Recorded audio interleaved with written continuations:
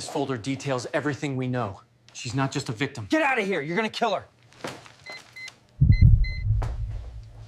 The moment Julia walked out that door, rolling her designer suitcase behind her like she was heading to some luxury vacation, I knew exactly what I had to do. She paused at the threshold, turning back with that smile, the same one she used for her Instagram posts when she wanted to sell some overpriced protein powder to her followers. "I'll send someone for the rest of my things," she said, adjusting her yoga pants that probably cost more than most people's rent. "My lawyer will be in touch about the house." I didn't flinch. I calculated.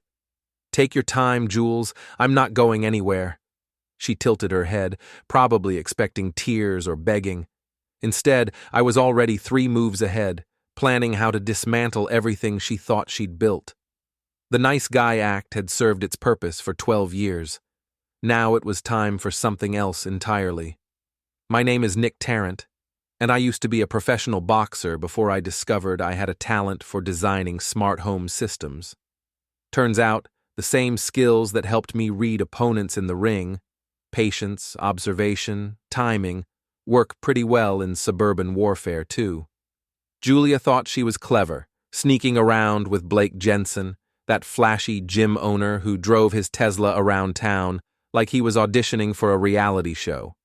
She figured I was too busy with my circuits and sensors to notice her late-night texting sessions, her sudden interest in advanced fitness training, or the way she started buying lingerie that never made it to our bedroom. The signs had been there for months.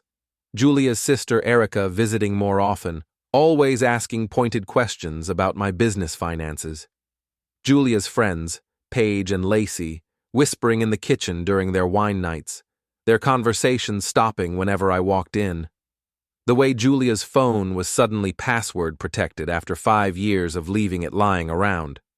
But the real confirmation came 3 weeks ago when I glimpsed a text on her smartwatch while she was making her morning smoothie. "Can't wait to see you tonight. Your husband still clueless?" Blake's response made my jaw clench. "Poor guy has no idea what he's missing. You're incredible." That's when I started documenting everything. Screenshots, timestamps, location data from the smart home system I'd installed throughout our house. Julia had no idea that every device she used was connected to a network I controlled completely. The night before she left, I found the hidden folder on her iPad. Hotel receipts from the Marriott downtown, gym selfies that were clearly meant for someone else, and the piece that made my hands shake with rage, a photo of her and Blake in our bedroom, on the sheets I'd bought for our anniversary. At least she made the bed afterward. Wouldn't want to ruin the Egyptian cotton I'd paid for. My mother called that evening, her gravelly voice cutting through my thoughts. "So, Julia finally grew some backbone and left, huh? How did you—" Erica posted something cryptic on Facebook about supporting family through difficult transitions. That girl never could keep her mouth shut. Mom's laugh was bitter. "Honestly, Nikki, I'm surprised it took this long. That woman's been looking for an upgrade since the day you married her." "Thanks for the support, Ma." "Oh, you'll be fine. You're tougher than you pretend to be. Always were, even as a kid. Remember when Tommy Brennan stole your lunch money for 3 weeks straight?" I remembered. I'd waited, planned, then cornered Tommy behind the school with his own stolen lunch money and a detailed list of every kid he'd bullied. By the end of that conversation, Tommy was not only returning everyone's money, but personally apologizing to each victim. "Yeah, I remember." "Good, because something tells me you're going to need those skills again." She was right, as usual. The next morning, I sat in my kitchen drinking coffee from the mug Julia had bought me last Christmas, world's okayest husband, and reviewed my options. The smart home system gave me access to everything: security cameras, financial accounts linked to our shared devices, even the GPS tracking on Julia's car that she'd forgotten was connected to our family plan. My phone buzzed with a text from my best friend Ron, who owned Murphy's Sports Bar downtown. Heard through the grapevine that Julia's been making some interesting new friends. "You holding up okay?" "Define okay," I typed back. "Still breathing and not in jail." Then I'm fantastic. Ron knew me well enough to read between the lines. We'd been friends since high school, back when I was throwing punches for money and he was talking his way out of trouble with that Irish charm his customers loved. He'd seen me plan my fights, study my opponents until I knew their weaknesses better than they did. Need anything? Just keep your ears open. This town loves its gossip. Copy that. I spent the rest of the morning reviewing Julia's digital footprint, her Instagram account with 43,000 followers, all of them buying into her authentic fitness journey narrative, her partnership with Blake's gym, Apex Fitness, where she taught wellness workshops that were really just excuses to show off her flexibility in expensive workout clothes. The irony wasn't lost on me that she'd built her entire online presence around the concept of authentic living while lying to everyone who mattered. My business partner Dave called around noon, his voice tight with concern. "Nick, we need to talk. Julia stopped by the office this morning." "What did she want?" "She was asking questions about our client contracts, specifically about the Morrison account. Said she was worried about some irregularities in how we'd been handling their billing." Before we dive deeper into this story, I have one small request. Please subscribe, drop a like, comment, and hit that hype button to boost this channel so more people can discover these incredible Reddit stories. The Morrison account was our biggest client, a luxury housing development where I'd installed integrated smart systems in over 200 homes. It was also completely legitimate, with every invoice and expense properly documented. "What did you tell her?" "Nothing, obviously. But Nick, she seemed to know a lot about our internal processes, more than she should." That was interesting. Julia had never shown any interest in my business beyond complaining that I worked too many hours. Someone had been feeding her information. "Don't worry about it, Dave. Julia's fishing. She's got nothing." "If you say so. But maybe we should review our security protocols. Make sure all our client data is properly protected." "Already on it." After hanging up, I pulled up the security footage from our home office. There it was, clear as day. Erica sitting at my desk 3 weeks ago while I was at a client meeting, photographing documents with her phone. Julia's sister, the tech consultant who'd been helping me organize my filing system. The betrayal ran deeper than I'd realized. This wasn't just about Julia's affair. It was a coordinated effort to destroy everything I'd built while she ran off with her muscle-bound boyfriend. My phone rang. Julia's number. "Nick, we need to discuss the financial arrangements," she said without preamble. "I've moved most of our savings to a separate account for safekeeping." "Safekeeping from what?"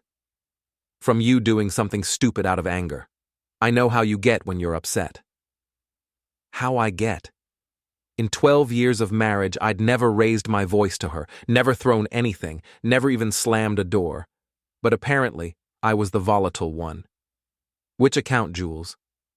"The one we set up for the vacation fund. I'll make sure you have access to enough for your immediate needs." The vacation fund.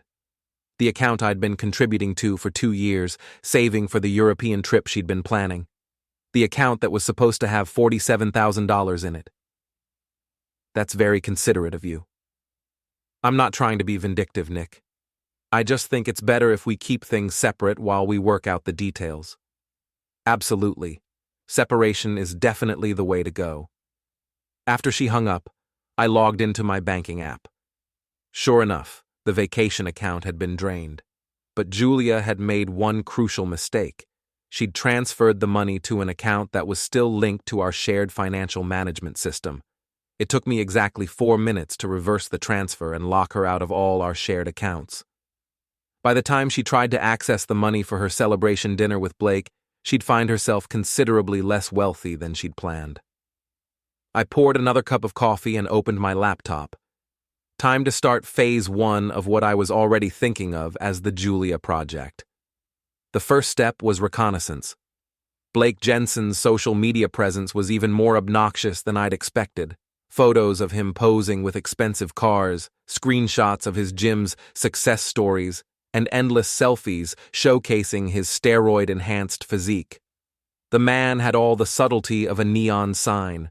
More importantly, he was married. His wife Amanda appeared in several older photos, though she'd been notably absent from his recent posts. A little digging revealed that Amanda Jensen worked as a nurse at Mercy General and had 2 kids from a previous marriage. Interesting. Blake was cheating on his wife with my wife, and neither woman seemed to know about the other. My doorbell rang, interrupting my research. Through the security camera, I could see Erica standing on my porch, holding what looked like a flash drive. I opened the door but didn't invite her in. Erica, what a surprise. We need to talk, Nick. I have something you need to see. She looked nervous, which was unusual for her. Erica had always been the confident one, the sister who'd gone to college and landed a good job while Julia focused on finding a husband to support her lifestyle. I'm listening. Not out here. This is sensitive. Against my better judgment, I let her in. She sat on the couch where Julia used to hold court during her wine nights, fidgeting with the flash drive. I know about Julia and Blake, she said finally. Congratulations. You're about 3 months behind me. Her eyes widened. You knew? Erica, I install security systems for a living. Did you really think I wouldn't notice my own wife sneaking around? Then why didn't you stop it? Because I was gathering evidence, something you should understand, considering you've been helping her gather evidence on me.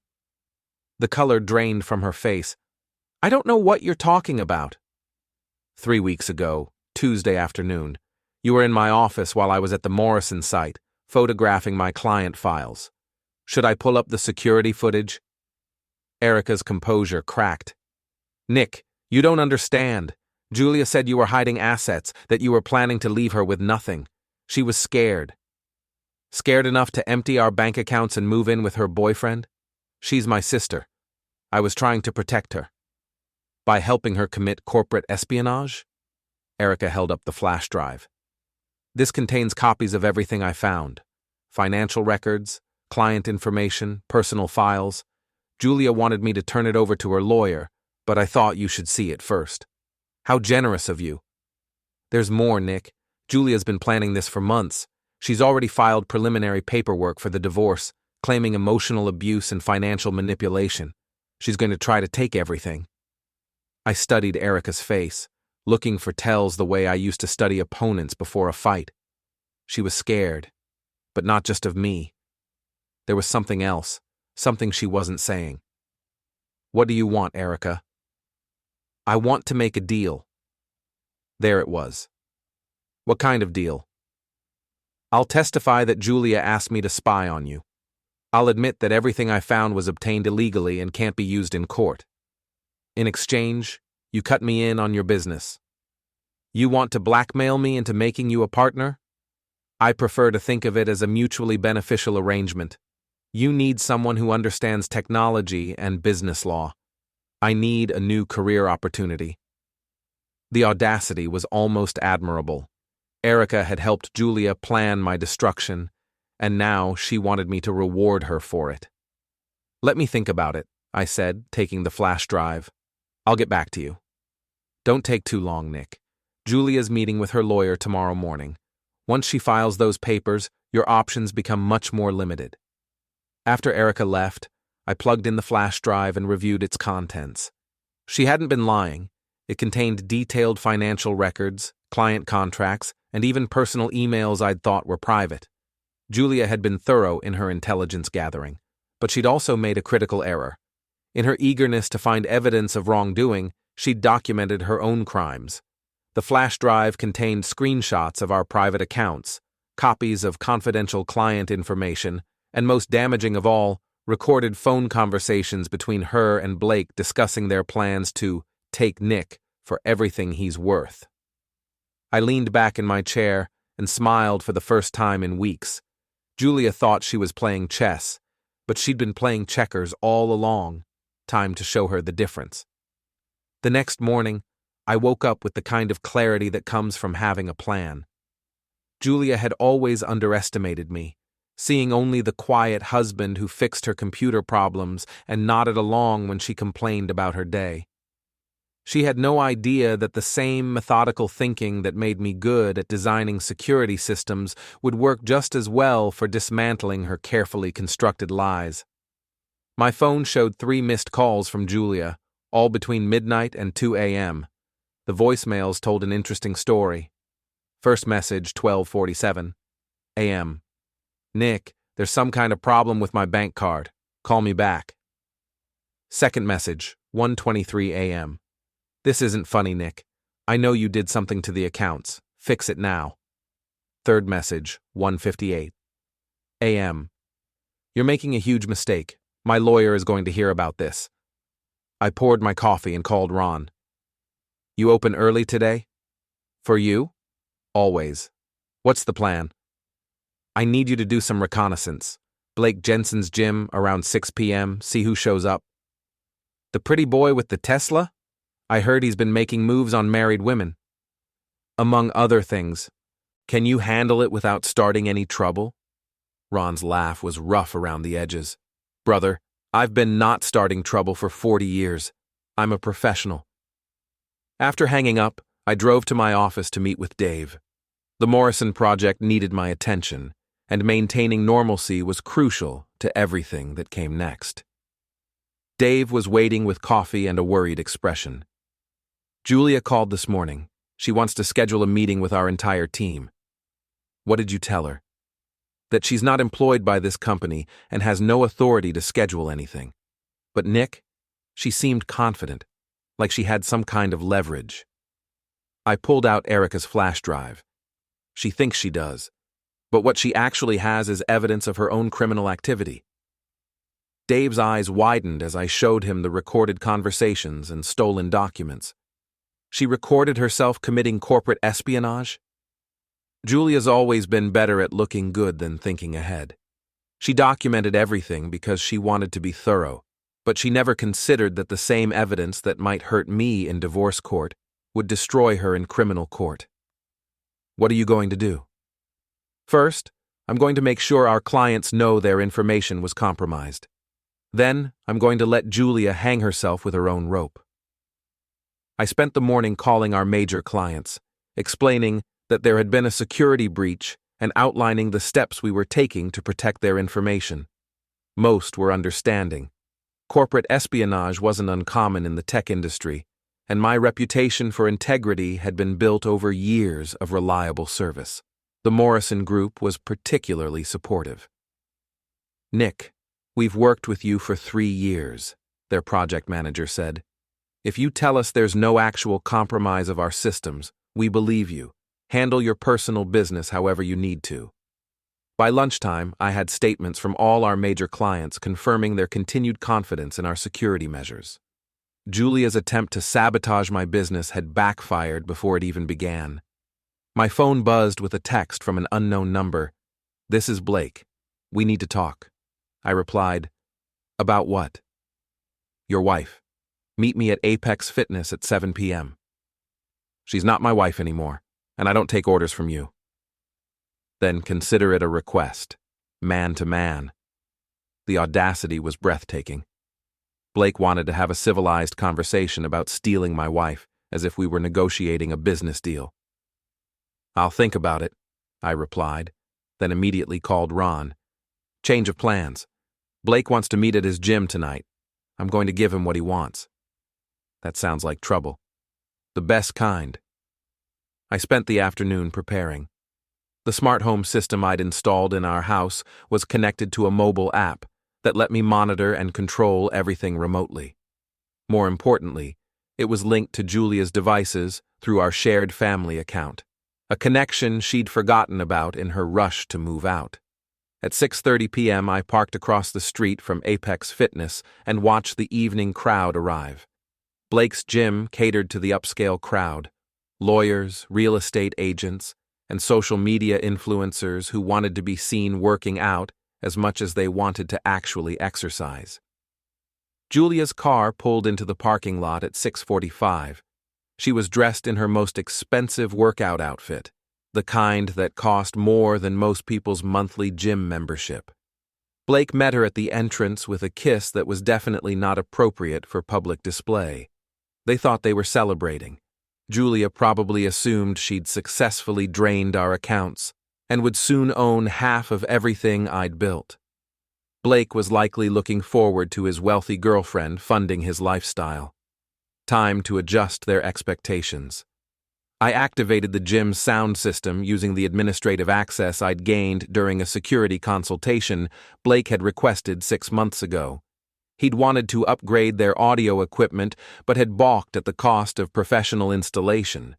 I'd helped him set it up as a favor to a potential client, never imagining I'd need the backdoor access for personal reasons. Blake and Julia were sitting at the juice bar, toasting with protein shakes, when their private conversation began broadcasting through every speaker in the building. "Can't believe how easy this was," Julia's voice echoed through the gym. "Nick never suspected a thing." "What about the money?" Blake's voice was tinny but clear. "Already moved. 47,000 to start, and that's just the beginning. Once the divorce goes through, I'll own half his business." The conversations around them stopped. Other gym members looked around in confusion, trying to locate the source of the audio. "You're incredible," Blake's voice continued. "Most women would feel guilty about this." Guilty? Nick's had this coming for years. He's boring, he's predictable, and he has no idea how to satisfy a woman. Several people pulled out their phones to record. In the age of social media, nothing stayed private for long. Julia finally realized what was happening when she heard her own voice saying, "The best part is, he thinks I'm at my sister's house. He has no idea I'm here with you every night." Her face went white as she looked around the gym, seeing dozens of people staring at her. Blake jumped up and started frantically checking the sound equipment, but the damage was already done. I ended the broadcast and walked into the gym, moving through the crowd like I belonged there. Julia spotted me immediately, her expression shifting from embarrassment to rage. "You!" she hissed, loud enough for everyone to hear. "You did this!" "Did what?" "I just came to work out." I looked around at the crowd of onlookers. "Is something wrong? You look upset." Blake stepped between us, puffing out his chest like a rooster. "We need to talk, outside." "Actually, I think we're talking just fine right here." I pulled out my phone and showed him the banking app. "By the way, Jules, you might want to check your account balance." She fumbled for her phone, and I watched her face change as she realized the money was gone. "You can't do that. That's our money." "Was our money. Now it's my money, in my account, protected by a court order I filed this morning." I'd actually filed the paperwork 3 days ago, anticipating this exact scenario. "This is theft," Blake said, stepping closer. "No, this is marriage. Community property laws work both ways. Julia moved money without my consent. I moved it back." I looked around at the watching crowd. "Unless you're suggesting I don't have the right to control my own finances." "You're humiliating her." "I'm not doing anything. You two humiliated yourselves. I just made sure everyone could hear about it." Julia was crying now, but they were angry tears, not sad ones. "You're going to regret this, Nick. My lawyer is going to destroy you." "With what? Illegally obtained evidence? Recorded conversations that prove you committed corporate espionage?" I held up my phone again. "Because I've got recordings too. Want to hear the one where you and Erica plan to plant fake evidence in my office?" That stopped her cold. She hadn't known I was aware of Erica's involvement. "You're bluffing." "Am I?" "Erica came to see me yesterday. Brought a flash drive with all your research. Very thorough work, by the way. You documented your crimes beautifully." Blake was looking back and forth between us like he was watching a tennis match. "What crimes? Julia, what is he talking about?" "Nothing. He's lying." "Corporate espionage, identity theft, unauthorized access to confidential client information." I counted them off on my fingers. "That's just what I found in the first hour of reviewing Erica's files." The crowd was eating this up. Nothing entertained suburbanites like watching someone else's marriage implode in public. "You want to play hardball, Jules? Let's play. But remember, You taught me the rules. I turned and walked out of the gym, leaving them standing there in front of 50 witnesses who were already posting about it on social media. Julia's carefully cultivated image as a fitness influencer and lifestyle guru was cracking in real time. Ron was waiting in the parking lot, leaning against his truck with a satisfied grin. That was better than cable TV. Phase 1 complete. What's Phase 2? I looked back at the gym where Blake was arguing with his staff about the sound system, while Julia sat at the juice bar with her head in her hands. Phase 2 is when things get interesting. My phone buzzed with a text from Erica. We need to talk, now. Actually, I told Ron, Phase 2 just moved up the schedule. Erica was waiting in my driveway when I got home, pacing beside her silver Audi like a caged animal. She'd traded her usual business attire for jeans and a hoodie, which somehow made her look more dangerous than professional. You couldn't have handled that more quietly, she said, before I was even out of my truck. Hello to you too, Erica. Nice evening, isn't it? Don't play games with me, Nick. Half the town saw what happened at the gym. Julia's been crying for 2 hours. Maybe she should have thought about that before she decided to rob me blind and broadcast her affair to the world. I unlocked my front door and walked inside, not bothering to invite her in. She followed anyway, which told me everything I needed to know about how desperate she was becoming. We had a deal, she said, closing the door behind her. No, you made an offer. I never accepted it. You took the flash drive. Evidence of crimes committed against me? Yeah, I took it. That doesn't make us partners. Erica sat down on my couch without being asked, pulling out her phone. You might want to reconsider, because what happened tonight was just the opening act. She showed me her screen. It was a video call with Julia, who looked like she'd been through a blender. Her makeup was smeared, her hair was disheveled, and her eyes were red from crying. Tell him, Erica said. Nick. Julia's voice was hoarse. We need to talk.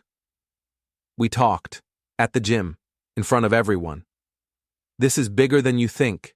Erica has been documenting everything for months, not just financial records, personal stuff, private stuff. I looked at Erica, who was watching me with the calculating expression I remembered from family dinners. She'd always been the smart one, the one who thought 3 moves ahead while Julia focused on immediate gratification. What kind of personal stuff? Erica smiled. Your browsing history. Email accounts Julia gave me access to. Security camera footage from inside your house. Did you know Julia installed cameras in the bedroom 6 months ago? My stomach dropped, but I kept my expression neutral. Illegal surveillance in my own home? Technically, it's her home too. Community property, remember? Erica's smile widened. She was gathering evidence for the divorce. Proof that you were, let's say, not the devoted husband you pretended to be. I never cheated on Julia. No, but you had some interesting online habits. Some searches that might be embarrassing if they became public. Some conversations with old girlfriends that crossed certain lines. She was fishing, trying to gauge my reaction. The truth was, I had nothing to hide. My online activity was boring enough to put an insomniac to sleep, and I hadn't spoken to an ex-girlfriend in years. But Erica was counting on me, not knowing exactly what Julia had recorded. Show me, I said. Excuse me? Show me this compromising evidence. If you're going to blackmail me, I want to see what you're working with. Erica's confidence flickered. We don't need to get into specifics. The point is you're bluffing. I pulled out my own phone and opened the security app that controlled my home system. Julia, are you still at Blake's gym? Why? Because I'm about to show your sister something interesting. I pulled up the camera feed from my home office, rewinding to 3 weeks ago when Erica had broken in to photograph my files. The footage was crystal clear. Erica sitting at my desk, going through confidential documents, taking pictures with her phone. That's breaking and entering, I told Erica. Plus, corporate espionage, theft of confidential information, and conspiracy to commit fraud. Julia gave me permission to be in the house. Julia doesn't have the right to give anyone access to my business files. Those documents contain proprietary information and client data protected by non-disclosure agreements. Erica's phone buzzed with a text. She glanced at it and her face went pale. "Problem?" I asked. "Blake wants Julia to leave. Apparently, the gym's corporate sponsors are asking questions about tonight's incident." That was faster than I'd expected. Blake's business depended on maintaining a clean, professional image. A public affairs scandal was bad for the brand. Where's she going to go? "That's what we need to discuss." Erica leaned forward. "Julia needs a place to stay while this gets sorted out. Your house is half hers legally." "My house is where I live. Julia made her choice when she moved out." "She can contest that. Claim you forced her to leave through emotional abuse." "With what evidence? The security cameras that show her packing her bags while I was at work? The bank records that prove she tried to steal our savings? The recordings of her planning to frame me for crimes I didn't commit?" Erica was quiet for a moment, thinking. When she spoke again, her voice was different, less confident, more calculating. "Okay, let's try a different approach. What do you want, Nick?" "I want my life back. I want Julia to face consequences for what she's done. And I want everyone who helped her to understand that actions have results. Including me? Especially you." She stood up and walked to the window, looking out at the quiet suburban street where we'd all pretended to be happy families for so many years. "Julia's going to fight this. She's not going to just disappear quietly." "I'm counting on it." "You don't understand. She's desperate now. Desperate people do unpredictable things." "Are you threatening me, Erica?" "I'm warning you. Julia's already talking about going to your clients directly, telling them their information was compromised because of your inadequate security measures." That got my attention. My business reputation was everything in the tech industry. Even false accusations could damage relationships that had taken years to build. "She won't do that." "Won't she? She's got nothing left to lose now. Blake kicked her out, her social media following is tanking because of tonight's spectacle, and her bank accounts are frozen. What's to stop her from burning everything down out of spite?" Erica had a point. Julia had always been vindictive when she didn't get her way, but she'd also always had something to protect: her reputation, her lifestyle, her social standing. With all of that crumbling, she might decide that mutual destruction was preferable to personal humiliation. "What are you proposing?" "A truce. You give Julia enough money to get back on her feet somewhere else, maybe another city, a fresh start. In exchange, she signs whatever papers you want and disappears quietly. And you?" "I go back to my life and pretend none of this ever happened." I pretended to consider it. "How much money?" $50,000, enough for her to rent an apartment, maybe start over." "That's a lot of money for someone who tried to rob me." "It's a lot less than you'll spend on legal fees if this turns into a war." She was right about that too. Divorce litigation could drag on for years and cost more than Julia was worth. But paying her off would also mean letting her escape without facing real consequences for her actions. "I need to think about it." "Don't think too long. Julia's meeting with a lawyer tomorrow morning. If she decides to go nuclear, your window for a peaceful resolution closes fast." After Erica left, I sat in my kitchen and reviewed my options. The smart play was probably to take the deal, pay Julia to go away and get back to my normal life. But the problem with normal was that it had included a lying, cheating wife and a sister-in-law who thought she could manipulate me into submission. Maybe it was time for a new kind of normal. I opened my laptop and started researching Blake Jensen's business history. Apex Fitness was more than just a gym. It was a franchise operation with investors, corporate sponsors, and a board of directors who cared about their public image.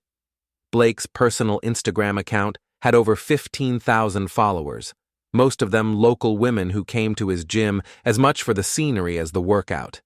His business account promoted a family-friendly, community-focused brand that emphasized health, wellness, and positive values. The recordings I'd broadcast tonight were already spreading on social media. Someone had posted a video of Julia and Blake's reaction to hearing their private conversation played over the gym's sound system. The comments were brutal. "This is what happens when you cheat with a married woman. Blake Jensen is a home wrecker, taking my membership elsewhere. Julia Tarrant is a fraud, all that authentic living nonsense while she's lying to everyone." I screenshotted the most damaging comments and saved them to a file. Then I started researching Blake's wife, Amanda. Amanda Jensen was a pediatric nurse who worked long shifts at Mercy General. Her social media presence was minimal. A few family photos, some posts about her kids' school activities, nothing controversial. She seemed like a genuinely nice person who had no idea her husband was cheating. That was about to change. I found Amanda's work email through the hospital directory and composed a message. "Mrs. Jensen, you don't know me, but I think you should be aware of some recent developments involving your husband. I've attached some audio recordings that were accidentally broadcast at Apex Fitness tonight. I'm sorry you have to learn about this situation this way, but I thought you deserved to know the truth." I attached the clearest recording of Blake and Julia discussing their affair, including Blake's comment about most women would feel guilty about this, and Julia's response about Nick being unable to satisfy a woman. After sending the email, I called Ron. "How do you feel about a little late-night reconnaissance?" "What kind of reconnaissance?" "The kind that involves a camera and Blake Jensen's house." "Brother, that sounds like stalking." "It's not stalking if you stay on public property. I just want to document his reaction when his wife gets some interesting news." Ron was quiet for a moment. "This is about more than just your cheating wife, isn't it?" "Yeah, it's about making sure people understand that actions have consequences." "All right, but we do this smart. No trespassing, no property damage, no direct confrontation." "Agreed. And if this goes sideways, I don't know you." "Fair enough." We met at Murphy's bar to plan our approach. Blake lived in an upscale neighborhood about 10 minutes from the gym, in a house that was probably worth twice what he could afford on a gym owner's salary. Either his business was more successful than it appeared, or Amanda's nursing salary was supplementing their lifestyle significantly. "What's the end game here?" Ron asked as we drove through Blake's neighborhood. "Public accountability. Blake and Julia thought they could destroy my life without consequences. I'm going to show them how wrong they were." "And after that?" "After that, I start over. Clean slate, no more lies, no more pretending to be someone I'm not." Ron glanced at me. "You know there's no going back from this, right? Once you go down this road, you become a different person." "Maybe that's not such a bad thing." Blake's house was dark except for a single light in what looked like the kitchen. Amanda's car was in the driveway, a practical Honda Civic that was probably 8 years old. Blake's Tesla was nowhere to be seen. We parked across the street and waited. At 11:47 p.m., the kitchen light went out and a bedroom light came on. At 11:52, Amanda's silhouette appeared in the window, talking on a phone. At 11:58, every light in the house came on. "She got the email," I said. At 12:15 a.m., Blake's Tesla pulled into the driveway. He got out of the car moving fast, like a man who knew he was in trouble. He never made it to the front door. Amanda met him in the driveway, still in her scrubs from work, holding her phone like a weapon. Even from across the street, we could hear her voice carrying on the night air. 18 months, Blake. 18 months you've been lying to my face." Blake tried to put his arms around her, but she pushed him away hard enough to make him stumble. "Amanda, let me explain." "Explain what? How you told your girlfriend that I was boring? How you laughed about me working double shifts to pay for your gym equipment while you were screwing around?" Ron was recording everything on his phone. "This is better than reality TV." "How did you find out?" Blake asked. Someone who actually gives a damn about honesty sent me the recordings. The whole town heard you tonight, Blake. Everyone knows what kind of man you really are. It's not what you think, it's exactly what I think. You're a cheater and a liar, and I'm done. Amanda threw something at him. It looked like a ring. Find somewhere else to sleep tonight, and tomorrow, find a lawyer. She went back into the house and slammed the door. A moment later, the porch light went off, leaving Blake standing alone in the driveway. He tried the door, but it was locked. He knocked, then pounded, then finally gave up and got back in his car. "Where do you think he's going?" Ron asked. "Probably to Julia's, except Julia doesn't have anywhere to go either. Two homeless cheaters. There's some poetic justice in that." We followed Blake's car at a distance as he drove aimlessly through town. He stopped at 2 different hotels, but apparently didn't like their rates. Finally, he parked at a 24-hour diner and sat in his car, talking on his phone. "He's probably calling Julia," I said. "What now?" "Now we go home and wait for them to make their next move." "And then?" "Then we make ours." As we drove back toward town, I felt something I hadn't experienced in months: anticipation. For the first time since discovering Julia's affair, I was looking forward to tomorrow. The game was just getting started. I woke up the next morning to 17 missed calls and 43 text messages. Word about last night's drama had spread through our social circle like wildfire, and everyone wanted to know my side of the story. Most of the messages were supportive. My neighbor Carol. "Always knew that woman was trouble. You're better off without her." My client Janet Morrison. "Heard about your situation. Don't let it affect the project timeline. We're behind you 100%. Even my old boxing coach. "Heard you landed some solid punches without throwing a single one. Proud of you, kid." But 3 messages stood out from the rest. Julia. "We need to talk. This has gone too far." Erica. "My offer expires at noon today. After that, you're on your own." Unknown number. "This is Amanda Jensen. I think we should meet." I called Amanda back first.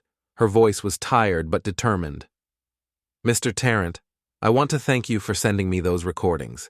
I know it couldn't have been easy." "I'm sorry you had to find out that way." "Better late than never. I've been wondering why Blake was working so many late nights at the gym. Now I know he was working on your wife instead of his business."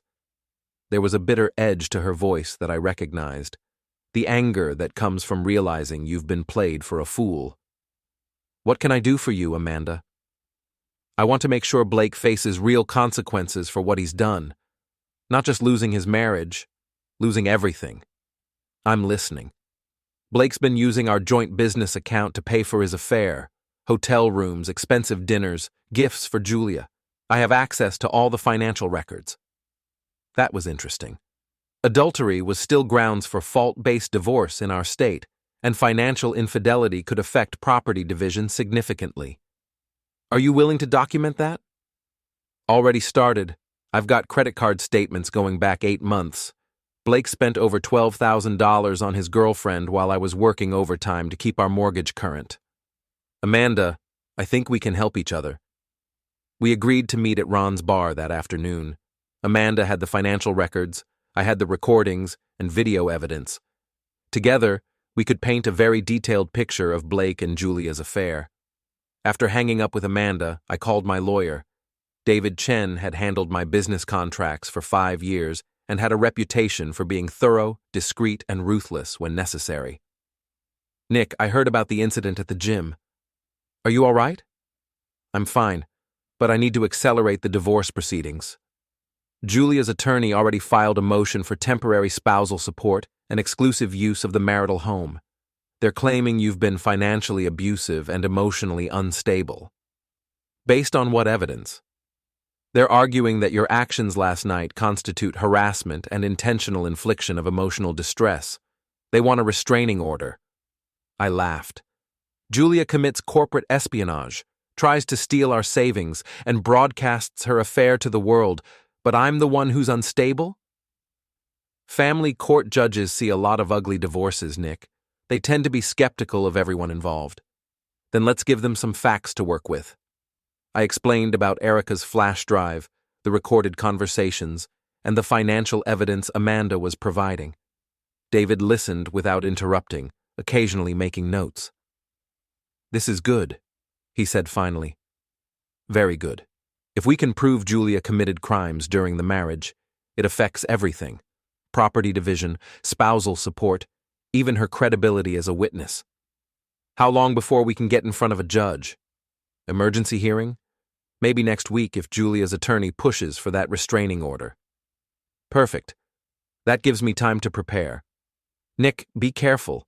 Don't do anything that could be construed as retaliation or harassment. Let the evidence speak for itself." "Of course." After hanging up, I spent an hour reviewing Julia's social media presence. Her Instagram account was hemorrhaging followers. She'd lost over 3,000 in the past 12 hours. The comments on her recent posts were brutal. "Fake fitness guru with fake morals. How's that authentic living working out for you?" Blake Jensen's side piece giving marriage advice. The irony is incredible. Julia had tried to do damage control by posting a cryptic message about going through a difficult time and asking for privacy and understanding. The response was overwhelmingly negative. More importantly, her corporate sponsors were distancing themselves. The supplement company that had been featuring her in their ads posted a statement about reevaluating their brand partnerships.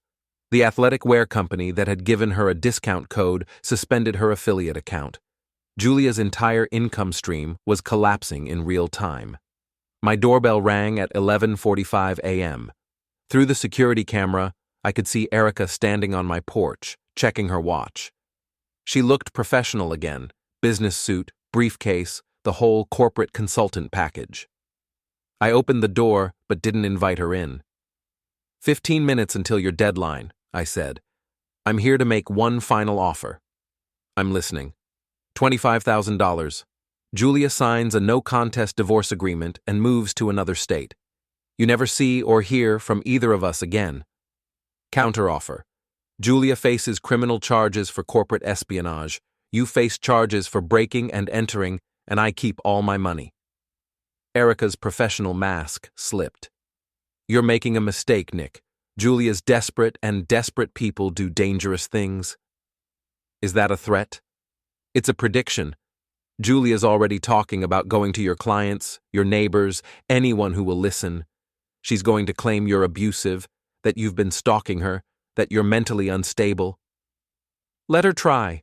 I've got recordings of her planning to frame me for crimes I didn't commit. Who do you think people will believe? You'd be surprised how convincing Julia can be when she wants something. Not anymore. Her credibility is shot, her income is gone, and her boyfriend kicked her out. What's she going to do? Start a podcast about the dangers of smart home technology?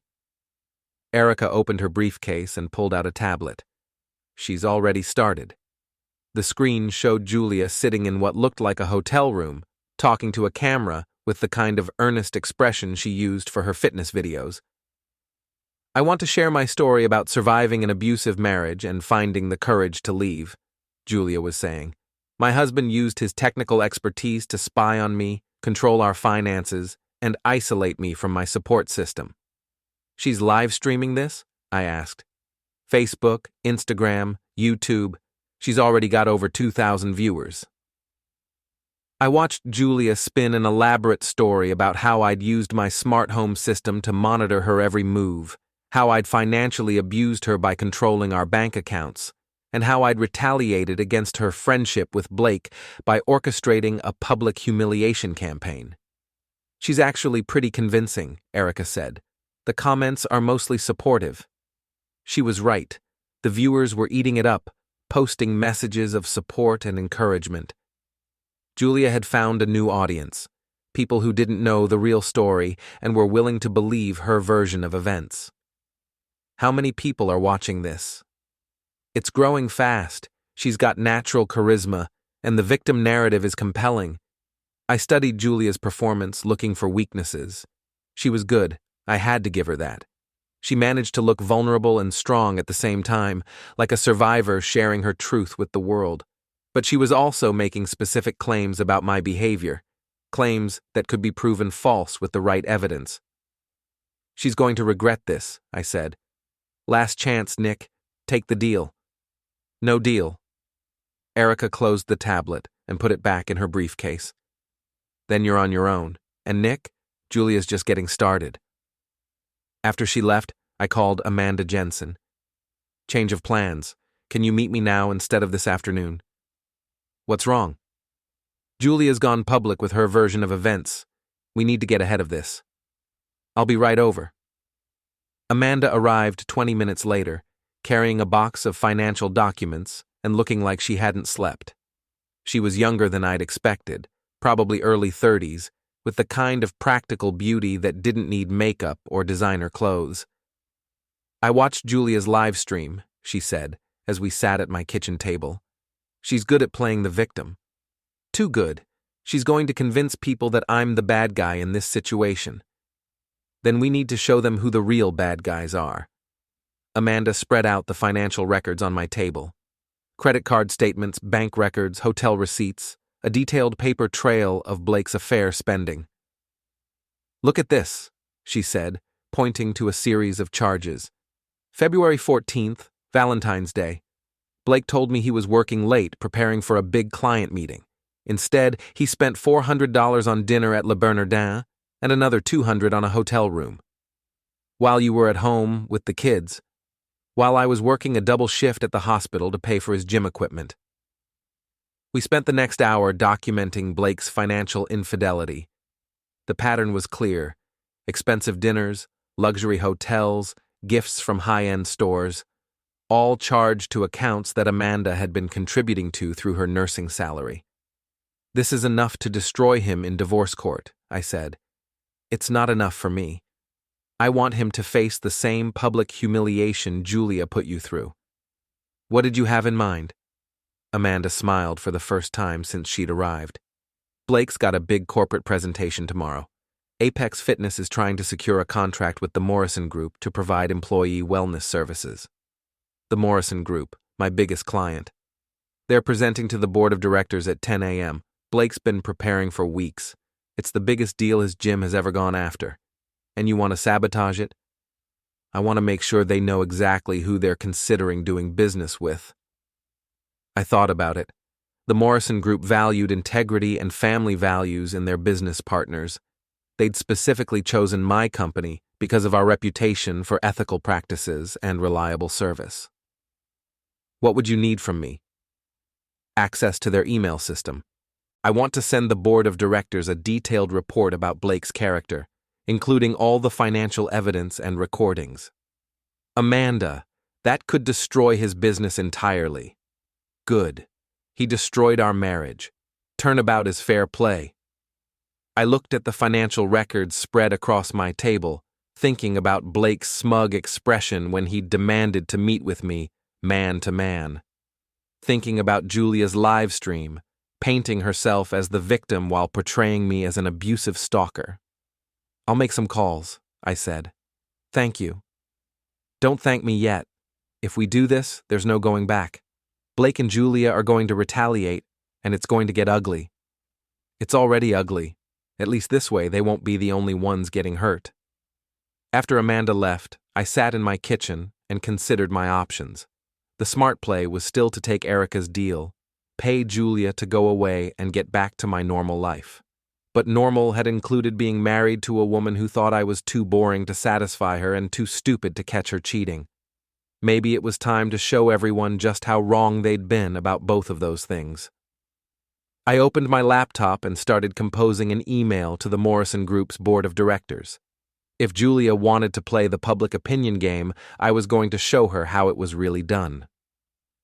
The Morrison Group's boardroom was on the 15th floor of the Meridian Tower, with floor-to-ceiling windows that offered a panoramic view of the city.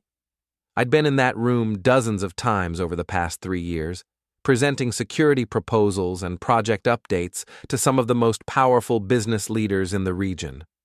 Today, I was there to watch Blake Jensen's world collapse. Janet Morrison, the company's CEO, had called me personally after receiving Amanda's email package. Nick, We need to discuss this situation with Apex Fitness before we make any decisions about their proposal. Of course, I want to be transparent about any potential conflicts of interest. Conflicts of interest? Blake Jensen is the man who's been having an affair with my wife. I want to make sure that doesn't color your perception of the evidence Mrs. Jensen provided. There was a long pause. The evidence stands on its own merit, but I appreciate your honesty. The Morrison Group had built their reputation on family values and ethical business practices. Their employee handbook included a morality clause that applied to all contractors and business partners. Blake's affair might be personal, but his financial infidelity and the public scandal it had created made him a liability they couldn't afford.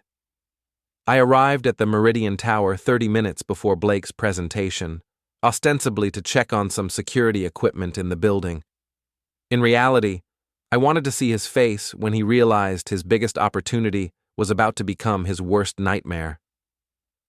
Blake showed up at 9:45 a.m., looking like he'd slept in his car. His usually perfect hair was disheveled, his expensive suit was wrinkled, and he had the desperate energy of a man who knew he was running out of options. Julia was with him. She'd cleaned up since her livestream performance, but she still looked rough around the edges. Her designer outfit couldn't hide the stress lines around her eyes or the way she kept checking her phone for social media updates. They were accompanied by Trevor Walsh, Blake's business partner, who looked like he'd rather be anywhere else in the world. Nick. Blake's voice was tight with barely controlled anger. What are you doing here? Working. This is one of my client buildings. Convenient. Not really. I'd rather be anywhere else right now. Julia stepped forward, putting on her public smile. Nick, we really need to talk. This whole situation has gotten out of hand. Has it? Because from where I'm standing, everything seems to be going exactly according to plan. Whose plan? Yours. You wanted to destroy my life and run off with your boyfriend. Mission accomplished. That's not what happened, isn't it? You stole my money, tried to sabotage my business, and broadcast your affair to the entire town. The only thing that didn't go according to plan was me fighting back. Blake stepped between us. We're here for a business meeting, not to listen to your personal problems. Are you? Because I heard the Morrison Group takes character very seriously when choosing their business partners. Something flickered in Blake's eyes. Fear, maybe, or the beginning of understanding. What did you do? Me? Nothing. But your wife had some very interesting financial documents to share. Amanda? Blake's voice cracked slightly. What does Amanda have to do with this? Turns out she's been keeping track of how you spent your joint business funds. Very detailed records. The Morrison Group found them quite illuminating. Julia grabbed Blake's arm. We should go. This is a setup. Too late for that, I said. Your presentation starts in 10 minutes. The elevator doors opened and Janet Morrison stepped out, followed by 3 other board members. She was a woman in her 50s with silver hair and the kind of presence that commanded immediate attention. Mr. Jensen, I'm Janet Morrison. We need to have a conversation before your presentation. Blake straightened his tie and put on his professional smile. Of course. I'm looking forward to discussing how Apex Fitness can serve your employee wellness needs. Actually, we need to discuss how your personal conduct affects your ability to represent our company values. The smile froze on Blake's face. I'm sorry? We received some concerning information about your business practices and personal behavior. I think it would be best if we addressed these issues privately. Janet glanced at me. Nick, thank you for bringing this situation to our attention. We'll handle it from here. Of course. As they walked toward the conference room, I heard Julia whisper urgently to Blake, This is Nick's revenge. Don't let him destroy everything. But it was too late for that. The Morrison Group had already made their decision before Blake walked into the building. I took the elevator down to the lobby and called Amanda from my truck. How did it go? She asked. Blake just walked into the most humiliating business meeting of his life. Good. He deserves every second of it. What's your next move? I'm meeting with my divorce attorney this afternoon. With the financial evidence and the Morrison Group's rejection, I should be able to get a very favorable settlement. And Blake? Blake can find somewhere else to live and someone else to fund his lifestyle. I'm done being his safety net. After hanging up with Amanda, I drove to my office to catch up on actual work. The drama of the past few days had been consuming, but I still had a business to run and clients to serve. Dave was waiting with coffee and a stack of project updates. "How are you holding up?" he asked. "Better than expected. How are our clients handling all the publicity?" "Surprisingly well. Most of them see you as the victim in this situation. The Morrison Group specifically asked me to tell you that your personal integrity during this crisis has reinforced their confidence in our company." "That's good to hear. There is one issue, though. Julia's been calling some of our smaller clients, trying to plant seeds of doubt about our security practices." "Any success?" "Not so far. But she's persistent, and she's got that victim narrative working for her." I pulled up Julia's social media accounts. Her live stream from yesterday had been viewed over 50,000 times, and she'd gained 3,000 new followers. The comments were mixed now. Some people were starting to question her story as more details about her affair became public. "She's losing the narrative," I said. "Maybe, but she's not giving up." My phone buzzed with a text from an unknown number. "This is Trevor Walsh, Blake's business partner. We need to talk." I showed the message to Dave. "Blake's business partner wants to meet." "That could be interesting." I called Trevor back. His voice was strained, like a man who'd been dealing with crisis management all morning. "Nick, I want to apologize for this whole situation. I had no idea Blake was involved with your wife." "What can I do for you, Trevor?" "I need to know how much damage control I'm looking at. Apex Fitness is my livelihood too, and Blake's personal problems are destroying everything we've built." "That's between you and Blake." The Morrison Group contract was worth $200,000 a year. Without it, we're looking at laying off half our staff. Maybe Blake should have thought about that before he decided to cheat on his wife with mine. You're right, but the other employees don't deserve to suffer because Blake can't keep it in his pants. Trevor had a point. Apex Fitness employed about 20 people, most of them trainers and support staff who had nothing to do with Blake's personal life. "What are you proposing?" "I want to buy Blake out, remove him from the business entirely. If I can distance the company from his personal scandals, maybe I can salvage some of our corporate relationships." "How does that help me?" "It doesn't, directly. But it might help you sleep better at night, knowing you didn't destroy the livelihoods of innocent people." I thought about it. Blake losing his business was satisfying, but Trevor was right. The other employees were collateral damage in a war they hadn't started. "What do you need from me?" "A statement that your issues are with Blake personally, not with Apex Fitness as a company.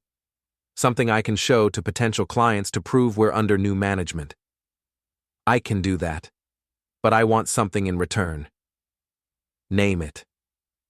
Blake signs a non-disclosure agreement about his relationship with Julia. No interviews, no tell-all stories, no attempts to rehabilitate his image by trashing mine. Done. And he stays away from my wife. Whatever relationship they had, it's over. I'll make sure of it. After hanging up with Trevor, I felt something I hadn't expected, a small measure of satisfaction that wasn't entirely about revenge. Maybe some good could come out of this mess after all. My phone rang. Julia's number. "Nick, we need to meet. Face to face, just the two of us." "Why?" "Because this has gone too far. People are getting hurt who don't deserve it." "You mean like me?" "You know what I mean. Blake's employees, Amanda's kids, innocent people who got caught up in our problems." She was right, but I wasn't ready to let her off the hook that easily. "Where do you want to meet?" "Murphy's Bar, Ron's place, neutral territory." "When?" "Now." I looked at my watch. It was 2:30 p.m. and Murphy's would be mostly empty. Ron would be there, which meant I'd have a witness to whatever Julia was planning. I'll be there in 20 minutes. Thank you. Don't thank me yet, Jules. We haven't talked about what you owe me for trying to destroy my life. The silence stretched for several seconds before she spoke again. I know. That's why we need to talk. Murphy's bar was exactly what you'd expect from a neighborhood sports bar. Dark wood, neon beer signs, and the lingering smell of fried food and spilled drinks. Ron was behind the bar, polishing glasses and pretending not to eavesdrop on the conversation that was about to happen. Julia was already there, sitting in a corner booth with a cup of coffee she hadn't touched. She looked smaller than I remembered, diminished somehow by the events of the past few days. I sat across from her without saying hello. You look terrible, I said. Thanks. You look good. Revenge agrees with you. It's not revenge. It's consequences. Is there a difference? Revenge is emotional. Consequences are logical. Julia laughed, but there was no humor in it. You always were good with words. Made me feel stupid sometimes. You're not stupid, Jules. You're just selfish. Maybe. But I never set out to hurt you. No, you just set out to rob me blind and humiliate me publicly. The hurt was just a bonus. She winced. I deserved that. You deserve a lot more than that. Julia leaned forward, and for a moment, she looked like the woman I'd married 12 years ago. Vulnerable, hopeful, trying to charm her way out of trouble. What do you want, Nick? Really? What would it take for you to call off this campaign and let us both move on with our lives? Us both? Me and Blake. We want to start over somewhere else, clean slate. With what money? Blake's business is finished, and you've got about $12 in your checking account. We'll figure it out. Will you? Because from where I'm sitting, it looks like Blake's already figuring out that you're more trouble than you're worth. What do you mean? I mean, he kicked you out of his house, his business partner is buying him out, and his wife is taking him for everything he's got. What exactly do you bring to this relationship besides drama and debt? Julia's composure cracked slightly. Blake loves me. Blake loves the idea of you, the fantasy of running away with a beautiful woman who made him feel special. But reality is setting in fast, and reality includes you being broke, homeless, and unemployable. You don't know what you're talking about. Don't I? When was the last time Blake returned one of your calls? When was the last time he talked about your future together instead of complaining about his problems? The silence told me everything I needed to know. He's pulling away, I continued. Probably started the moment his wife threw him out. Now he's realizing that losing everything for you wasn't the romantic gesture he thought it would be. Stop. He's going to dump you, Jules. Maybe not today, maybe not tomorrow, but soon. And when he does, you'll have nothing left. No money, no home, no career, no friends, just the consequences of your choices. Julia was crying now, but they were angry tears, not sad ones. You're enjoying this. I'm enjoying watching you face reality for the first time in your adult life. I made mistakes. I know that. But I don't deserve to lose everything. You tried to take everything from me. Why should your situation be any different? Because I'm asking you to be the bigger person. I laughed. The bigger person? You mean like I was for 12 years while you spent my money, ignored my needs, and planned your escape with another man? That's not fair. Fair? You want to talk about fair? I pulled out my phone and opened the recording app. Let's talk about fair. I played back one of the conversations Erica had recorded, the one where Julia and Blake discussed how boring and predictable I was, how easy it had been to fool me, how much they were looking forward to spending my money on their new life together. Julia listened with growing horror as her own voice filled the bar. Turn it off. Why? This is your authentic voice, Jules, the one your followers never got to hear. Turn it off. I stopped the recording. That's who you really are. Not the victim in your live stream, not the wellness influencer selling authenticity to strangers. That's the real Julia. Selfish, cruel, and completely indifferent to anyone else's feelings. I was angry when I said those things. No, you were honest. Maybe for the first time in our entire marriage. Julia wiped her eyes with a napkin, smearing her makeup. What do you want me to do? Beg? Grovel? Admit that you're right about everything? I want you to disappear. What? I want you to take whatever money you can scrape together, leave town, and never come back. No more live streams, no more victim narratives, no more attempts to salvage your reputation at my expense. And if I don't? Then I release everything. Every recording, every piece of evidence, every detail of what you and Erica did. Your social media followers will get to hear exactly what kind of person their inspiration really is. Julia stared at me for a long moment. You've changed. Yeah, I have. I don't like this version of you. Good. The old version was too easy to manipulate. She stood up, gathering her purse and coat. This isn't over, Nick. Yes, it is. You just don't know it yet. After she left, Ron came over with a beer I hadn't ordered. That was cold, brother. She had it coming. Maybe. But that woman's got nothing left to lose now. That makes her dangerous. Let her be dangerous. I'm ready for whatever she's got left. Ron shook his head. Famous last words. He was right to be concerned. I'd backed Julia into a corner, and cornered animals were unpredictable. But I was tired of being careful, tired of being the nice guy who always got taken advantage of. If Julia wanted a war, she'd get one. But this time, I'd be the one setting the terms.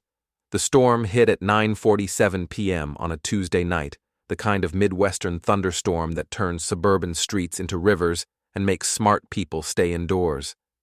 I was in my home office, reviewing security footage from the past week and planning my next move in what had become an increasingly complex chess match with my soon-to-be ex-wife. Julia had been quiet for 3 days since our confrontation at Murphy's bar, which made me nervous. Quiet Julia was dangerous Julia. She was either planning something elaborate or she'd finally accepted defeat. Given her track record, I was betting on elaborate. The smart home system I'd installed throughout the house gave me complete control over every electronic device, from the security cameras to the coffee maker. Tonight, that system probably saved my life. The motion sensors picked up movement in my backyard at 9:52 p.m. The infrared cameras showed 2 figures approaching the house through the rain, one large, one smaller. Blake and Julia, moving with the kind of desperate determination that comes from having nothing left to lose. I activated the exterior floodlights and opened the intercom system. Blake, Julia, I can see you. This is private property, and you're trespassing. Blake looked up at the nearest camera, rain streaming down his face. We need to talk, Nick.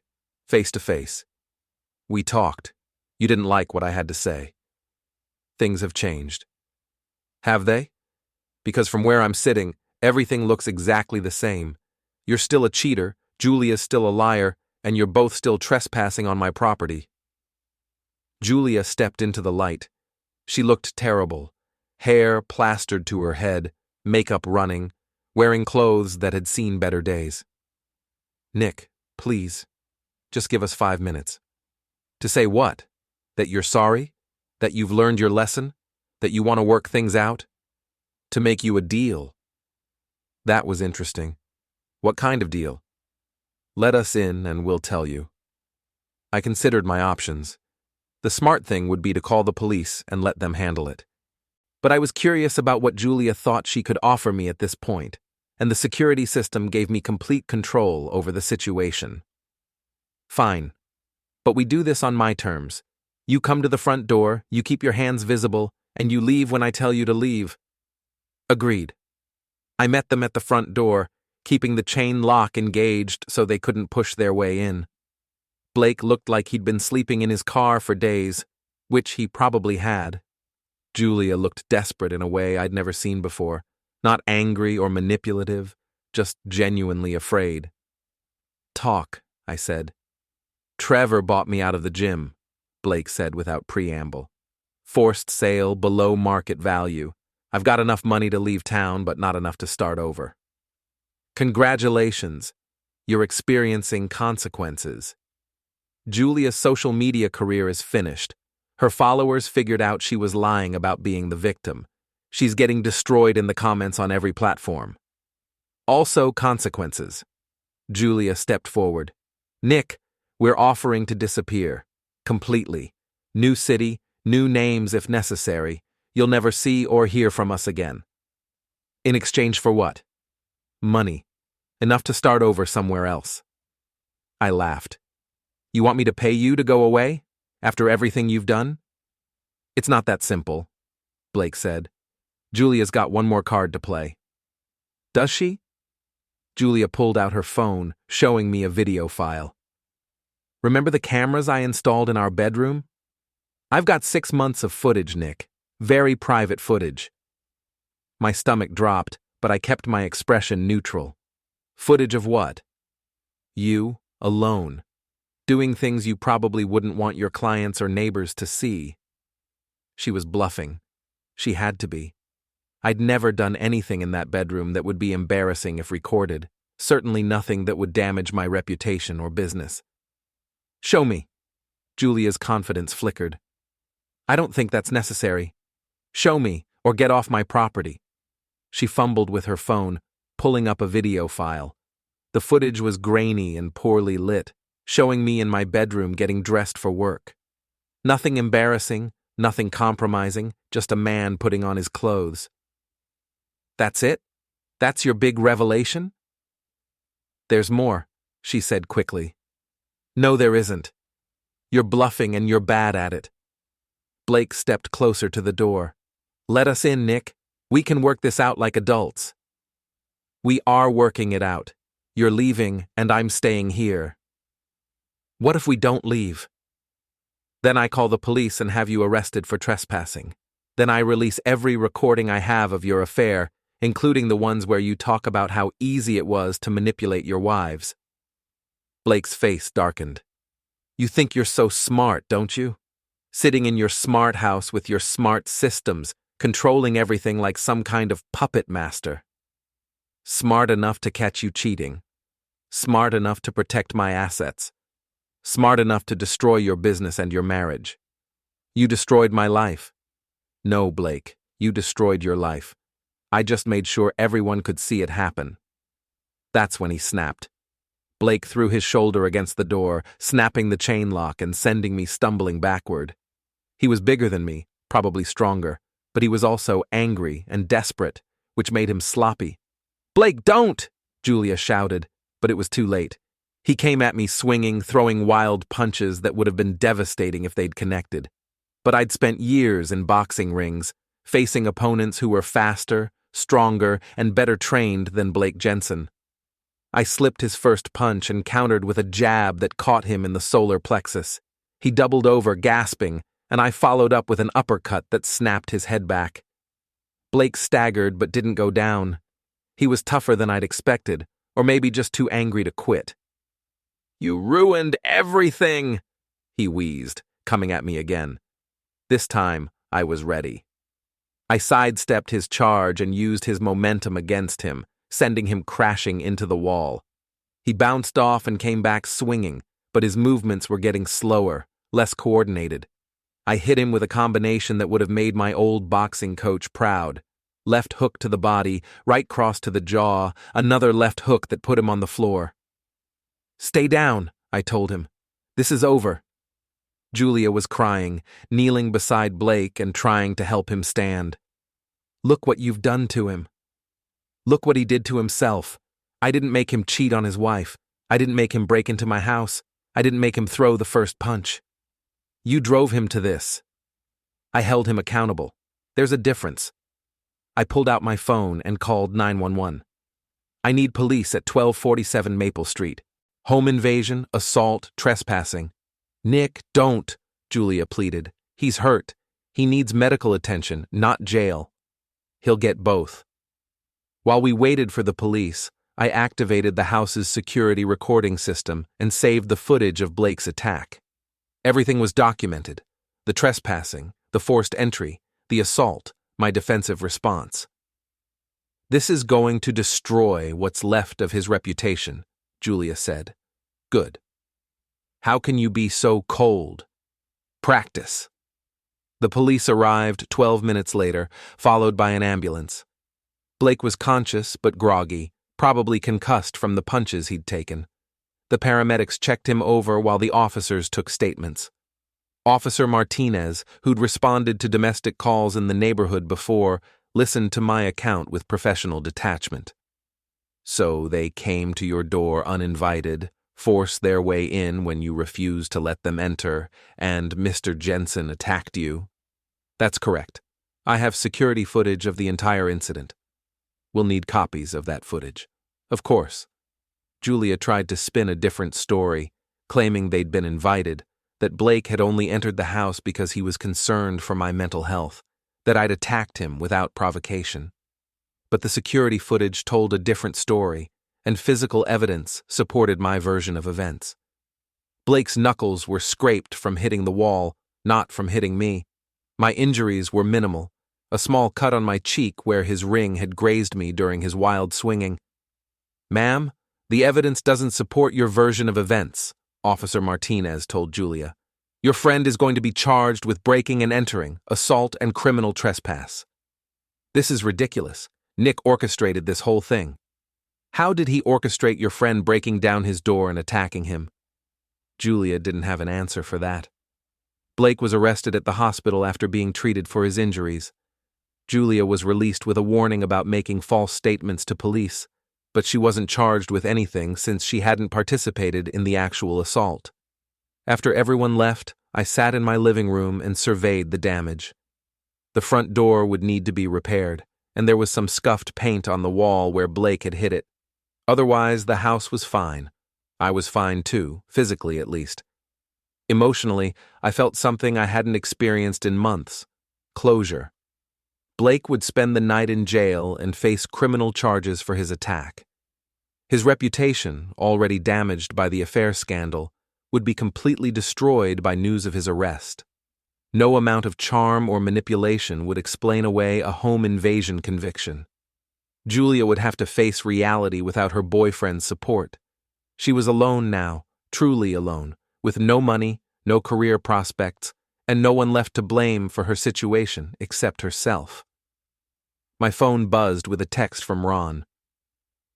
"Heard there was some excitement at your place tonight. You okay?" "Better than okay," I replied. "It's over." "The divorce?" "Everything." I poured myself a whiskey and sat on my couch, listening to the storm fade away outside. Tomorrow, I'd start rebuilding my life, fixing the door, meeting with my lawyer, getting back to the business of being a successful, single man. But tonight, I was content to sit in my smart house, surrounded by the technology that had helped me win a war I never wanted to fight, and savor the taste of complete victory. Julia and Blake had gambled everything on their ability to manipulate and deceive their way to happiness. They'd lost that gamble, and now they were paying the price. As for me, I was finally free to be the person I'd always been underneath the nice guy facade, intelligent, strategic, and absolutely ruthless when pushed too far. It was going to be an interesting new chapter,